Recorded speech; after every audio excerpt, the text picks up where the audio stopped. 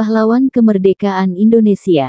Mengenalkan generasi penerus bangsa tentang para pahlawan yang telah berjuang dalam memerdekakan bangsa Indonesia adalah suatu hal yang penting. Hal tersebut dapat membangun jiwa nasionalisme dan membangun rasa cinta terhadap tanah air pada generasi muda penerus masa depan bangsa Indonesia. Insinyur Soekarno. Insinyur Soekarno atau yang kerap disapa Bung Karno adalah Presiden pertama Republik Indonesia sekaligus tokoh proklamator negara Indonesia. Bung Karno lahir di Surabaya, tanggal 6 Juni tahun 1901. Beliau merupakan putra dari Raden Sukemi Sosrodihardjo dan Ida Ayu Nyoman Rai. Semasa kecilnya, beliau berpindah-pindah tempat tinggal dan sekolah.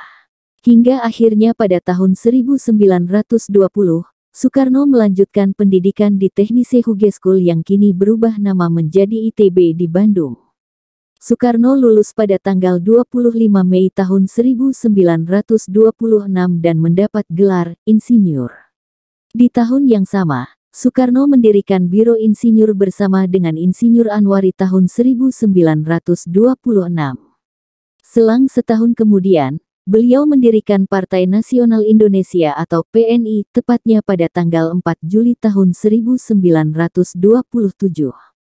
Tujuan mendirikan PNI yaitu untuk memerdekakan bangsa Indonesia dari penjajah. Namun, hal tersebut membuat Soekarno dipenjara Sukamiskin pada tanggal 29 Desember tahun 1929. Setelah bebas dari penjara, Bung Karno tetap teguh memperjuangkan kemerdekaan Indonesia dengan melakukan berbagai cara. Tak jarang usaha-usaha yang dilakukannya membuat dirinya masuk penjara kembali.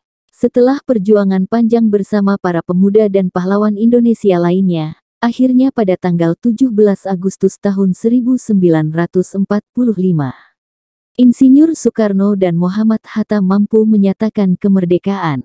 Setelah itu, pada tanggal 18 Agustus tahun 1945, PPKI mengangkat Insinyur Soekarno menjadi Presiden Indonesia.